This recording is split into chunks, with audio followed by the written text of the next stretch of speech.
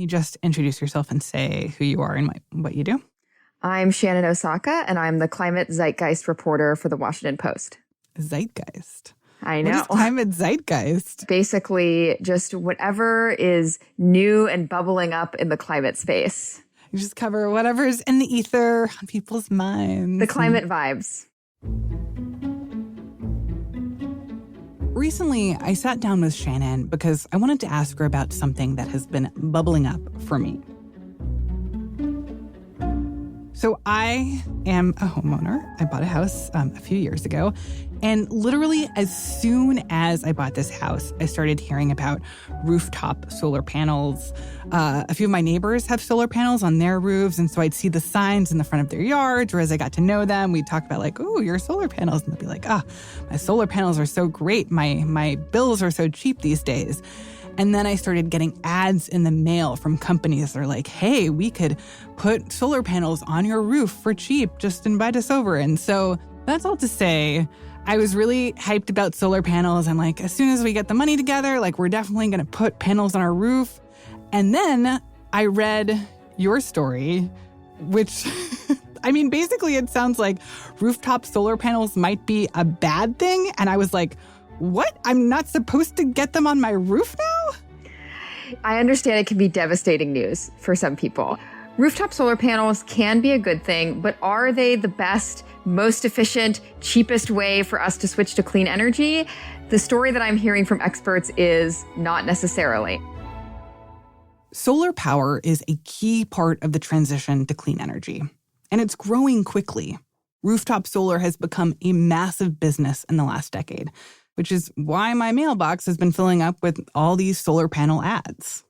Solar energy, it's kind of like the poster child for clean energy. It's like it's coming directly from the sun. It requires very little maintenance or anything like that. You just install the panels and then they work. They provide power for years and years to come. But Shannon says that rooftop solar may actually be getting in the way of the transition to clean energy in the U.S. From the newsroom of the Washington Post, this is Post Reports. I'm Martine Powers. It's Tuesday, November 26th. Today, the promise and the potential pitfalls of rooftop solar panels. Before we get more into the details of your reporting, I do just want to lay a little bit of the groundwork here about like how solar panels work and why they've ended up on a lot of people's roofs. So talk to me about the promise of rooftop solar panels. The promise is amazing. I mean, the promise of rooftop solar panels is you pay this kind of large upfront cost, but then your bills, your electricity bills, just plummet for years to come. You're saving thousands of dollars on your electricity. You're more independent from the grid. If you install a battery along with your rooftop solar panels, then that means that in the case of a blackout or something like that, you're fine. You can continue to power your home. So the promise is great, and there have been lots of people who have been making use of this over the years. Okay, so let's break down the benefits and challenges of rooftop solar. Let's start with what you learned in your reporting about the challenges. Why is the picture around rooftop solar a little bit more complicated?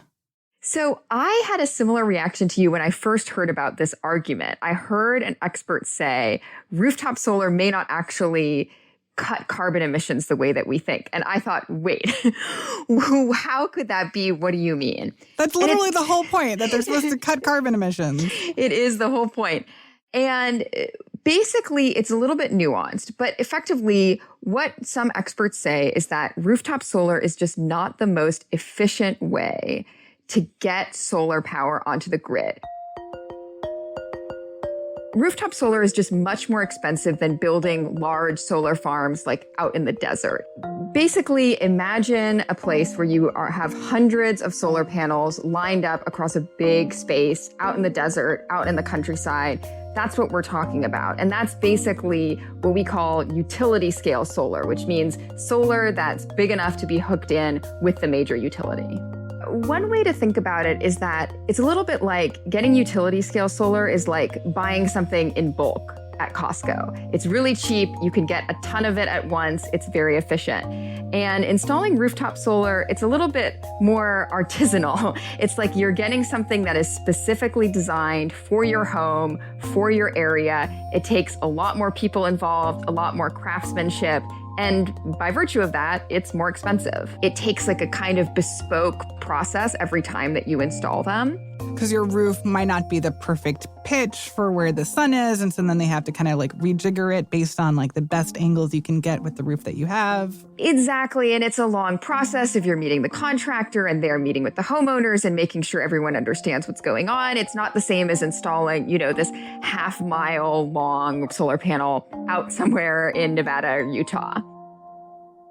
The concept of the experts that I was talking to is they were saying basically this can make the entire transition more expensive. If we're putting a lot of rooftop solar in, then that creates less need for utility scale solar, so those huge solar farms.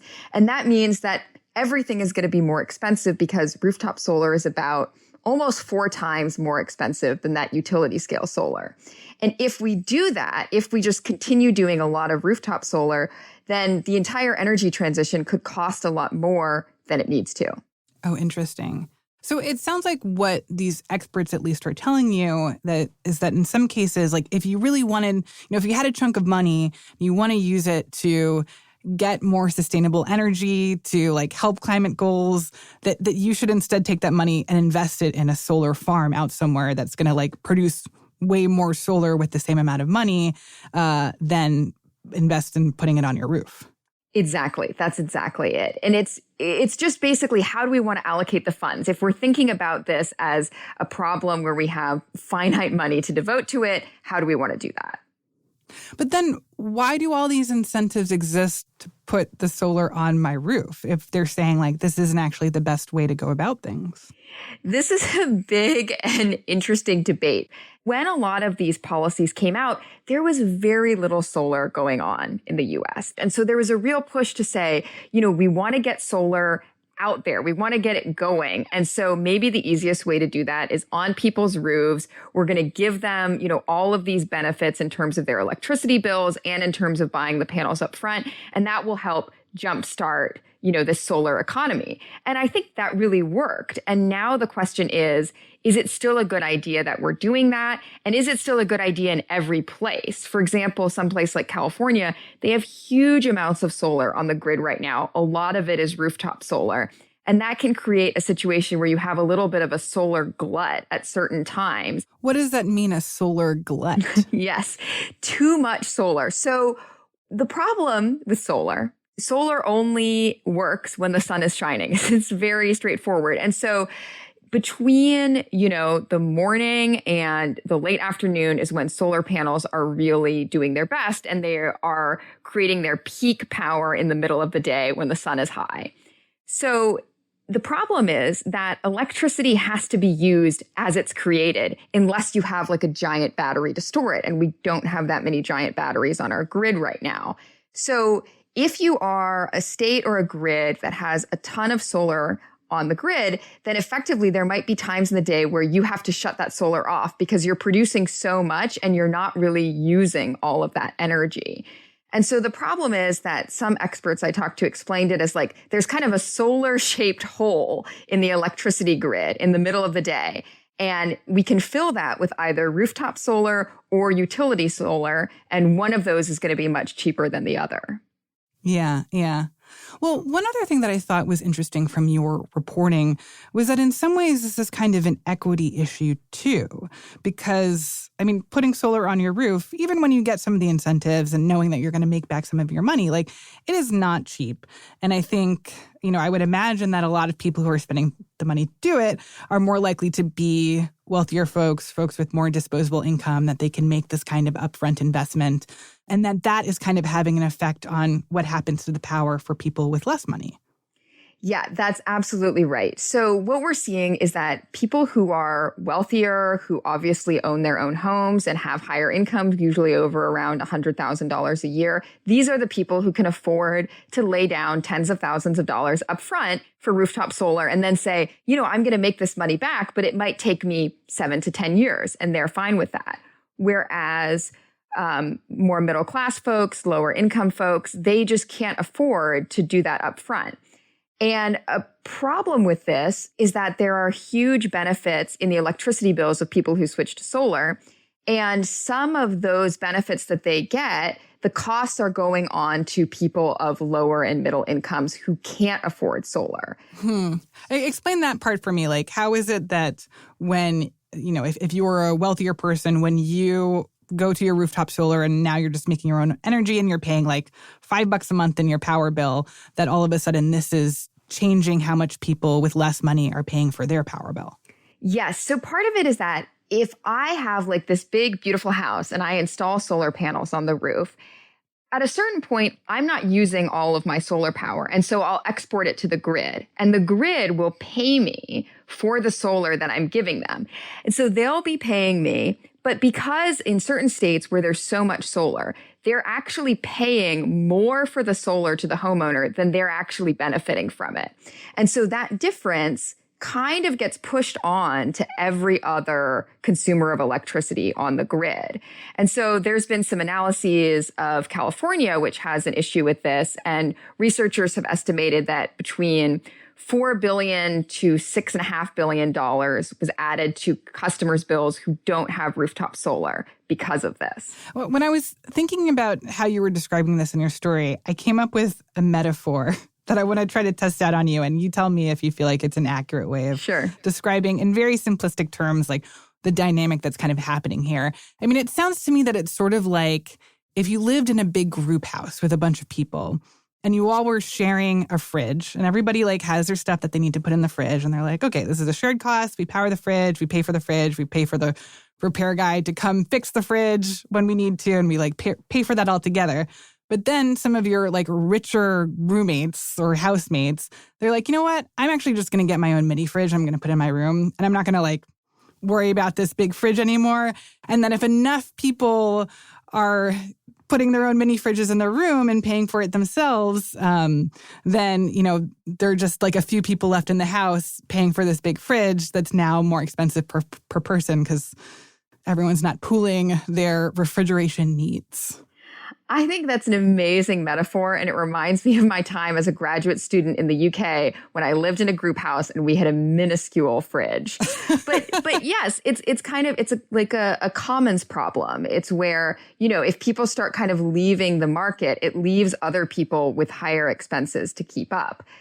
And, this doesn't mean that rooftop solar is terrible all the time. And I think that people who have installed it, they did it for really good reasons. The incentives were there. They were being encouraged to install it. That was a good thing. The question is, what should we do going forward? After the break, the argument in favor of rooftop solar panels. And if you are looking to invest in solar, Shannon explains why she recommends you act fast before Donald Trump takes office for his second term. We'll be right back.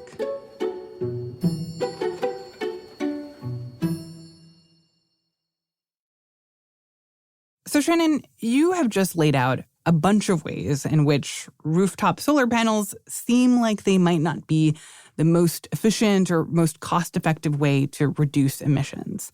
So what's the other way to look at rooftop solar? Yes, now that we've bashed on rooftop solar, let's bring it back a little bit, because one of the big benefits of rooftop solar is it doesn't take up space.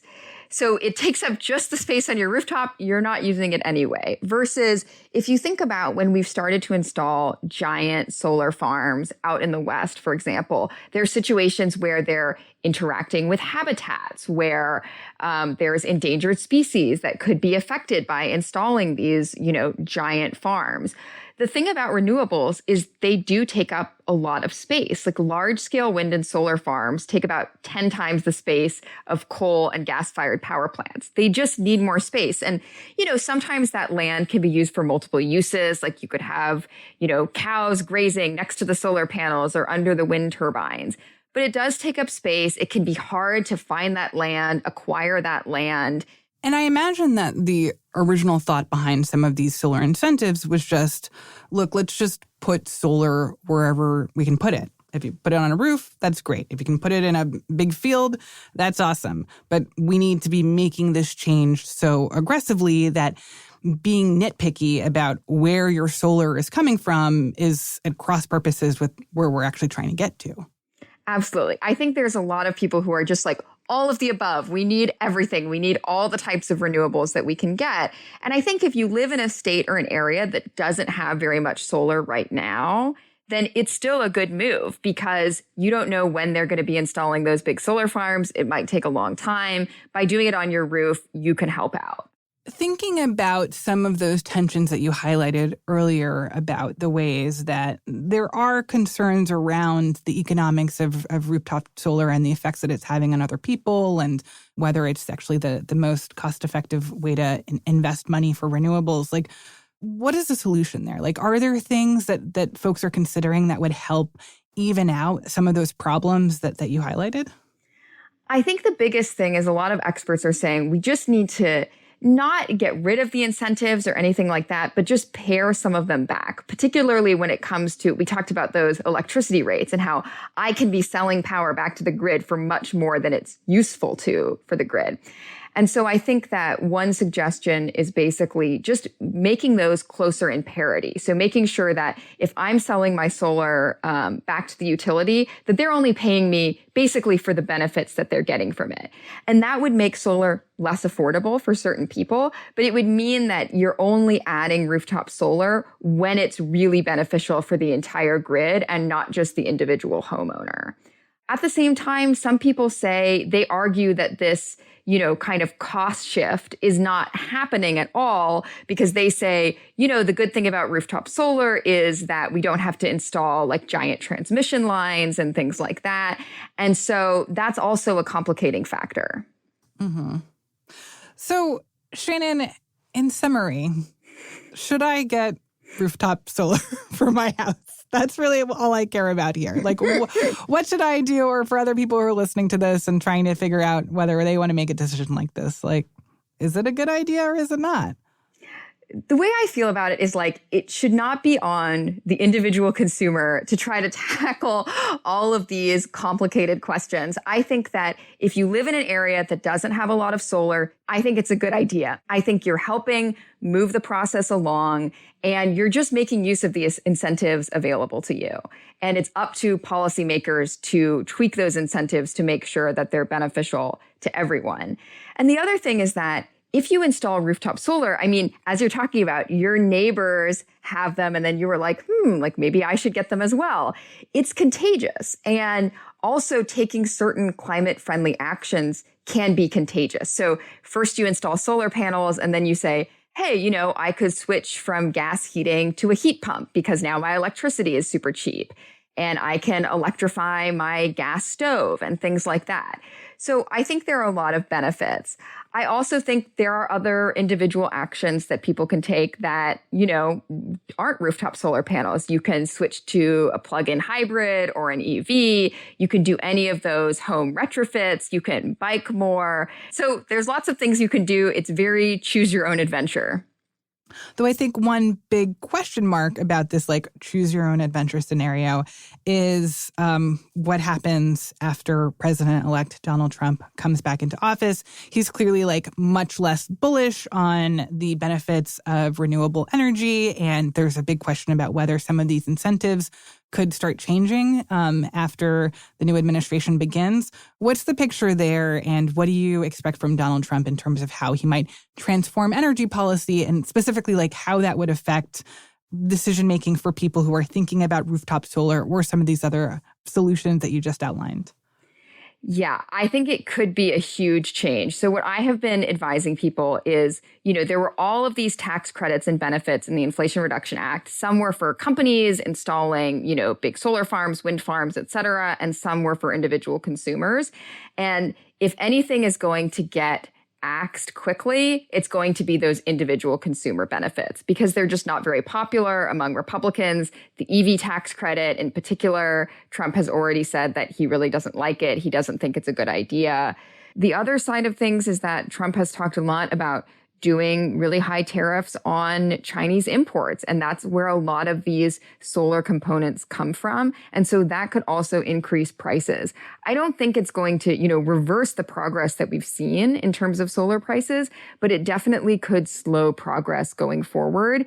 So if you want to take these individual actions and you want those federal benefits, the time to act is now and basically in the next 2 months. There still will be state benefits and things like that, and we don't know exactly what will survive. Will the heat pump tax credit survive? Will the solar panel tax credit survive? There's lots of questions, but if you're sure that you want to take advantage, you should do so now. Shannon, thank you so much for walking me through all of this. Thanks so much for having me.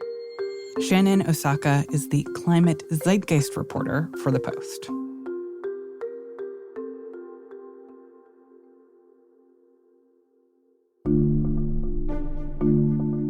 Before we go, a couple more stories we wanted to share with you.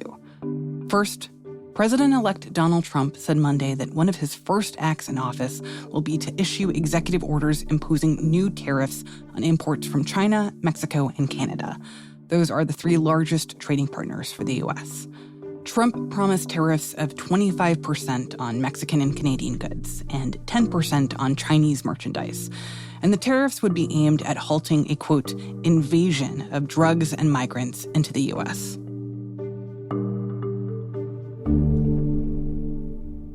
We also have an update to yesterday's episode. So on Monday, we talked about Robert F. Kennedy Jr. and how he could affect American healthcare if he becomes Secretary of Health and Human Services. We mentioned Kennedy's stance against Ozempic and other weight loss drugs, and whether he had any power to limit Americans' access to those drugs. Well, today, the current administration is moving in the opposite direction. Biden's health agencies are pushing to expand coverage of weight loss medications for millions of people enrolled in Medicare and Medicaid. Our colleague Dan Diamond interviewed the current HHS Secretary, Javier Becerra, about this announcement. It's a game changer. It helps us recognize that obesity is with us. It's severe. It's damaging our country's health. It's damaging our economy. All hands on deck. We got to do everything we can. Under current rules, Medicare doesn't typically cover weight loss drugs. But officials announced today that they want to reinterpret the rules to acknowledge obesity as a chronic disease. It's a late-term change that officials said would boost public health. And it puts pressure on the incoming Trump administration to finalize the benefit.